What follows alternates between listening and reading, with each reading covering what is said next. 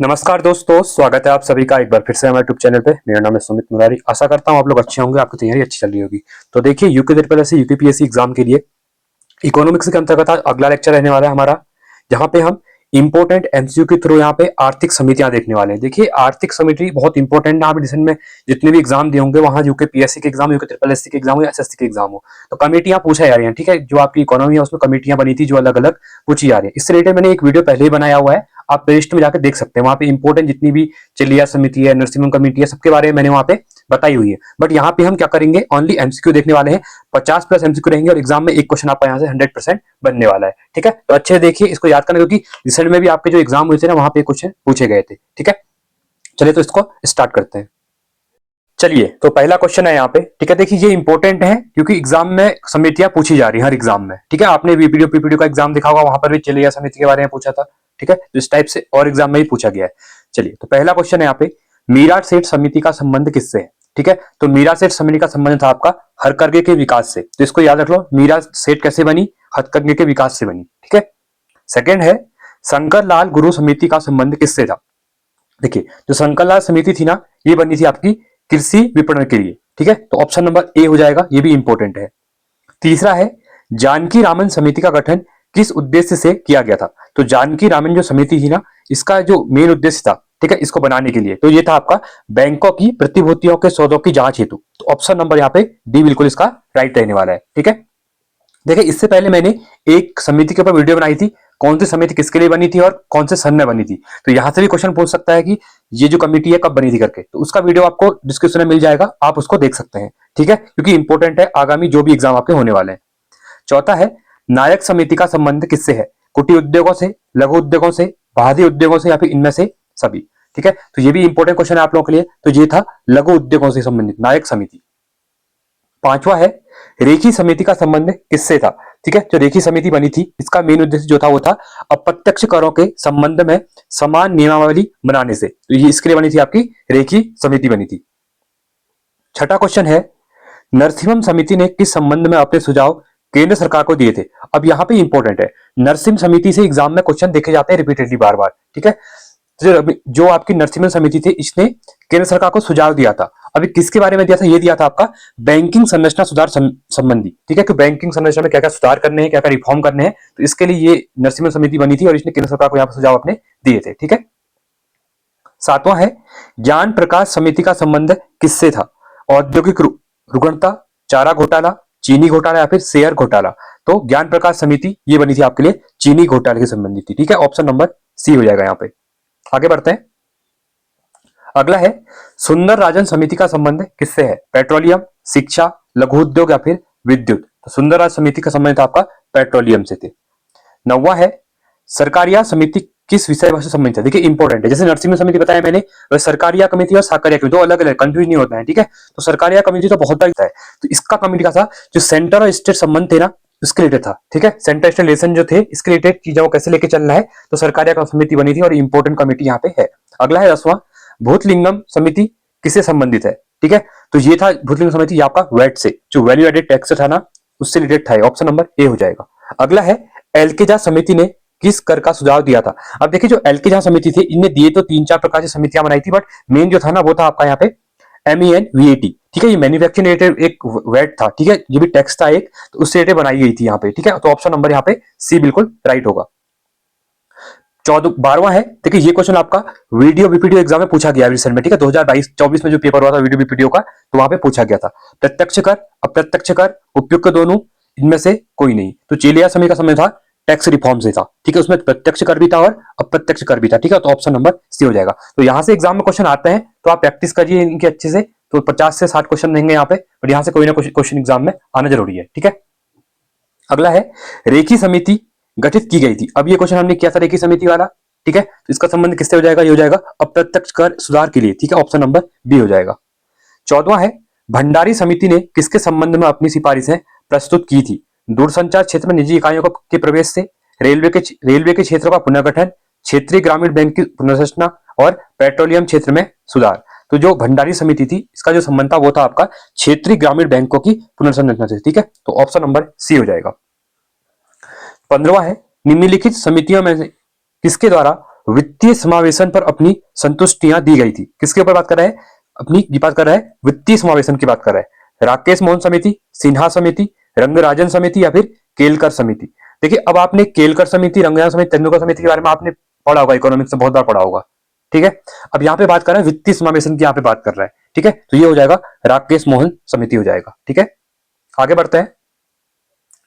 अगला यहाँ पे 16वां क्वेश्चन है, आर एन मल्होत्रा कमेटी संबंधित है। तो ये किस संबंधित थी? ये थी आपकी बीमा क्षेत्र से। ठीक है, जो आपका बीमा होता है उससे रिलेटेड थी यहाँ पे।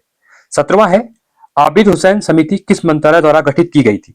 किसकी बात कर रहा है? आबिद हुसैन समिति।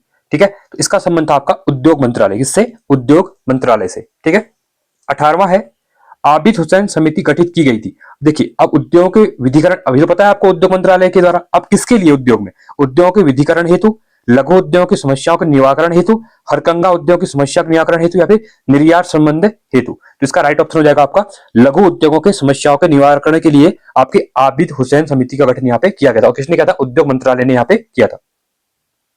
19वां है, नायक समिति की स्थापना का उद्देश्य क्या था? ठीक है, एक नायक समिति बनी थी आपकी, तो इसका जो मेन उद्देश्य था वो क्या था यहाँ पे?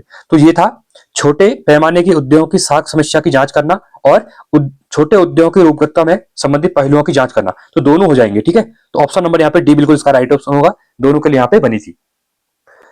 20वां है, चंद्रशेखरन समिति किससे संबंधित थी? अंतरिक्ष अभियान से, शेयरों से, राजस्व से या फिर शिक्षा से। जो चंद्रशेखरन समिति बनी थी ना, तो इसका संबंध था आपका शेयरों से, जो शेयर होते हैं ना उससे रिलेटेड थी यहाँ पे। ऑप्शन नंबर बी यहाँ पे बिल्कुल राइट होगा। 21वां कमेटी है, क्वेश्चन है सॉरी, रंगराजन समिति। अब देखिए, जैसे नरसिम्हन समिति थी, चिल्लैया समिति थी और सरगरिया कमीशन था, तो वैसे ही आपका रंगराजन समिति बहुत इंपॉर्टेंट है। ये किससे रिलेटेड था? कपड़ा उद्योग का आधुनिकरण, शेयर घोटाले की जांच करना, चीनी घोटाले की जांच करना, भुगतान संतुलन के घाटों को नियंत्रण में रखने के लिए उपाय सुझाना। तो रंगराजन समिति जो बनी थी, तो ये बनी थी भुगतान संतुलन में घाटों को नियंत्रण में रखने के लिए उपाय सुझाना। तो जो भुगतान संतुलन में जो घाटा होता था उसको नियंत्रण करने के लिए, तो इस कमेटी को यहाँ पे बनाया गया, जिसको दिया गया रंगराजन समिति, और इसने यहाँ पे सुझाव दिए थे इसके लिए। ठीक है, कि कैसे चीजों को कम करनी है करके। देखिए, मेन जो कमेटियां बनती है ना, कुछ ना कुछ या तो इंपोर्टेंट कोई रिफॉर्म करना हो किसी सेक्टर में, तो उसमें क्या होता है, जो एक्सपर्ट होते हैं, कोई इकोनॉमी का एक्सपर्ट होगा, कोई जज लॉयर वगैरह जो एक्सपर्ट होगा, जैसे वकील वगैरह होते हैं, ठीक है, या सुप्रीम कोर्ट के कोई हाई कोर्ट के जो जज रिटायर हो चुके होते हैं, तो ये क्योंकि ये अपनी फील्ड में एक्सपर्ट होते हैं, तो इनको सरकार या करती है या कोई भी संस्था या करती है, इनको चार्ज देती है कि आप लोग इस समिति का नाम दे दीजिए और उसके ऊपर फिर आप ये लोग क्या करेंगे, पूरा 1 साल 2 साल या 6 महीने 8 महीने में पूरा उसका एनालिसिस करेंगे, उसके कहाँ का भी चीजें गलत हो रही है उसको देखेंगे या कहाँ का रिफॉर्म करना है।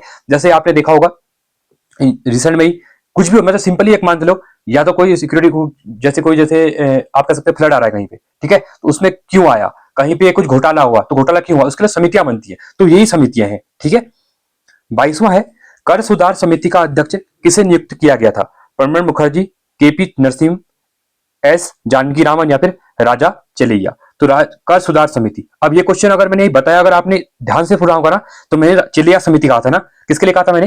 कर सुधार के लिए कहा था, तो ऑप्शन नंबर बिल्कुल डी हो जाएगा। क्वेश्चन ऐसे घुमाता भी है। देखिए, अभी इससे पहले क्या आया था कि चलैया समिति का संबंध किससे था? तो अप्रत्यक्ष और प्रत्यक्ष कर का बताया था मैंने, तो यहाँ पे क्या बोल दिया इनने? कर सुधार समिति का अध्यक्ष किससे? अब अध्यक्ष कौन होगा? जिसके नाम पे कमेटी बनी होगी, तो ऐसे आपको याद रखना है, तो ऑप्शन नंबर डी हो जाएगा। ठीक है, 23वां है, किस समिति ने कृषि जोतों पर कर लगाने की संतुष्टि की थी?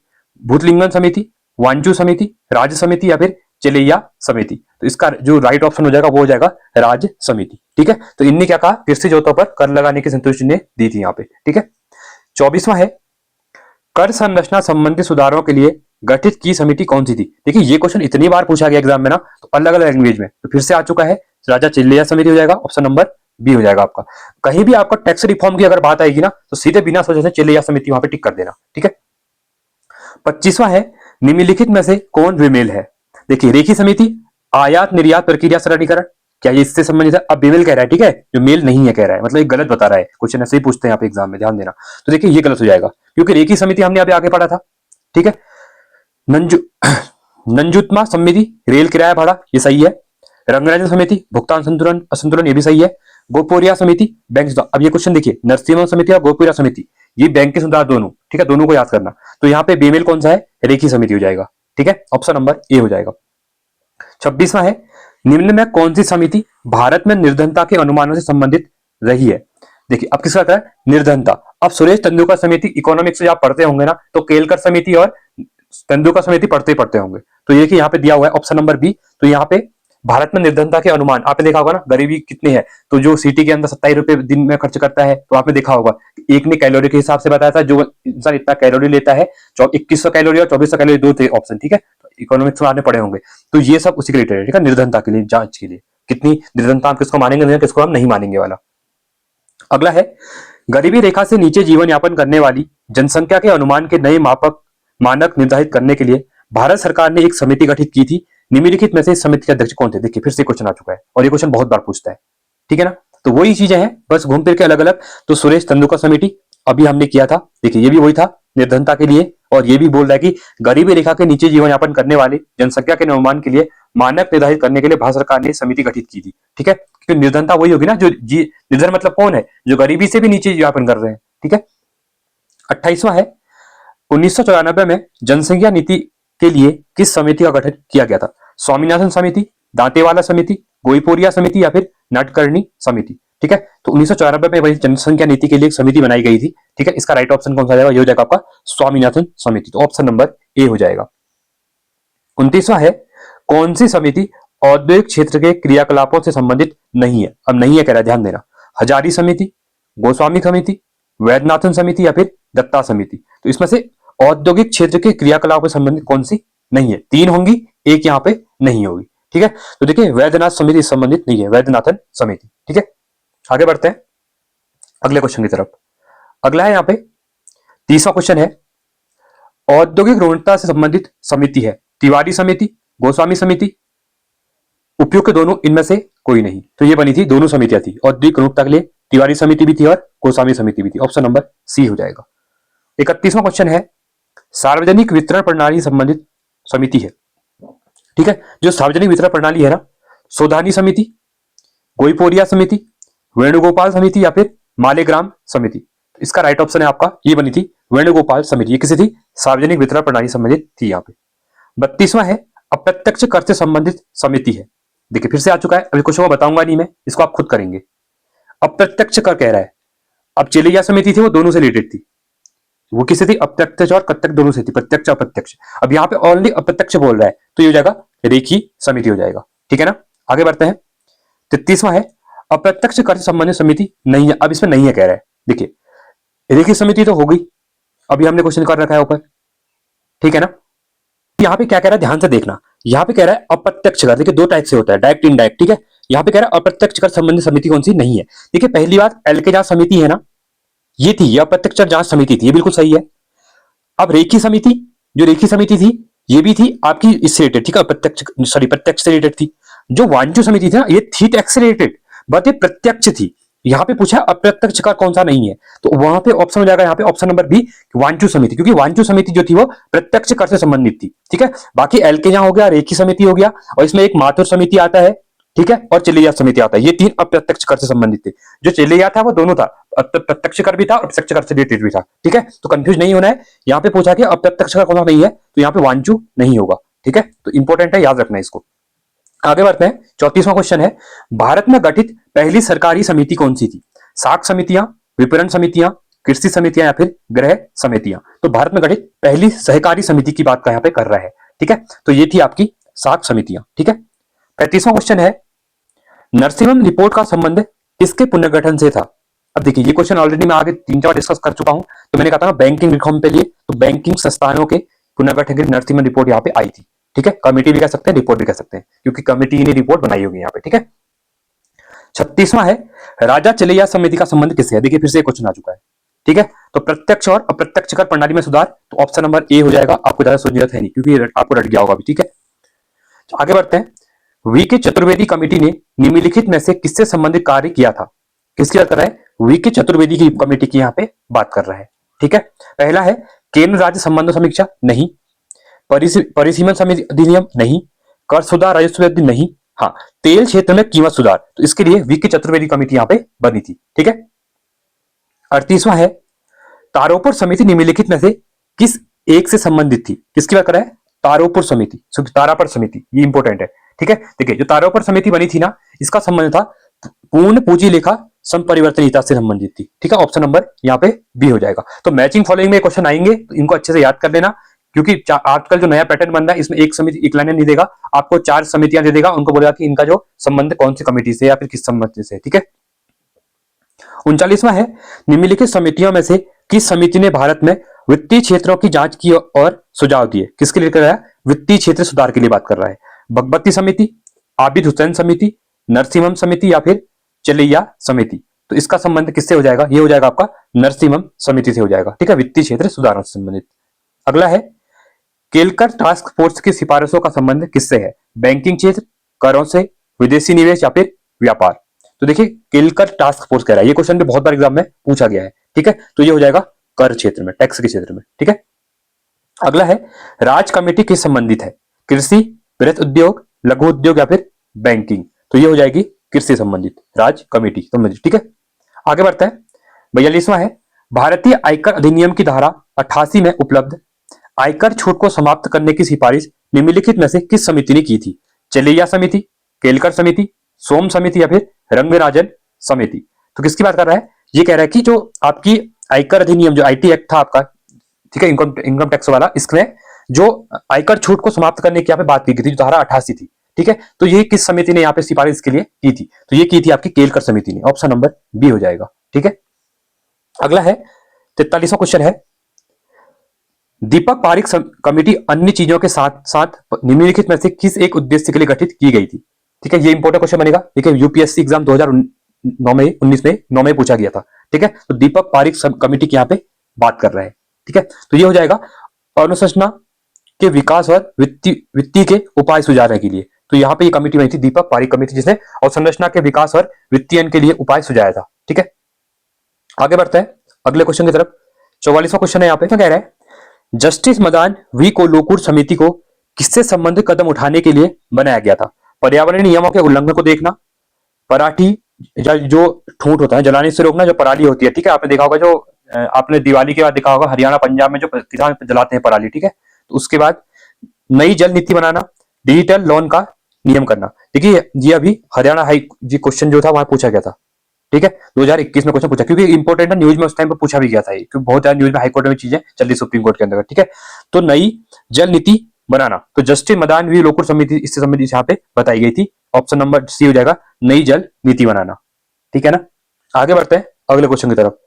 अगला है यहाँ पे 45वां, भंडारी समिति किससे संबंधित है? प्रत्यक्ष कराधान, अप्रत्यक्ष कराधान, कृषि ऋण, क्षेत्रीय ग्रामीण बैंकों की पुनर्रचना या फिर उपयुक्त में से कोई नहीं।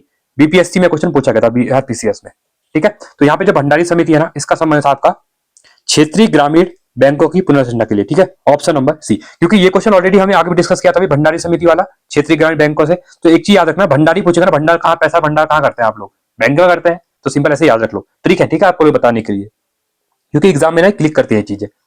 46वां है, लकड़वाला समिति संबंधित है और एक बनी कब थी? 1993 में। अब देखिए, इनने यहाँ पे दे दिया था, बट बहुत बार क्या होगा ना, आपको यहाँ पे सन नहीं देगा, सीधे बोलेगा लकड़वाला समिति कब बनी थी, या पूछेगा सरकारिया समिति, लकड़वाला समिति, नरसिम्हम समिति, चलैया समिति। इनका ऑर्डर लगाइए, कौन पहले बना कौन लास्ट में बना। ठीक है, तो इसके लिए मैंने वीडियोस बनाई हुई है, तो उसको एक बार देखे ना, 12 या 14 मिनट की वीडियोस है। ठीक है, तो वहां से आपको एक संडे पता चल जाएगी कौन से फाउंड जो हुई थी, कब हुई थी करके। ठीक है, अब देखिए, ये जेपीएससी में पूछा गया था। ठीक है, झारखंड पब्लिक सर्विस कमीशन में। तो लकड़वाला समिति का संबंध किससे है? जैव विविधता संरक्षण, गरीबी आकलन, अंतरराज्य संबंध से या फिर आय विषमता से। तो लकड़वाला समिति का संबंध था आपका यहाँ पे गरीबी आकलन से।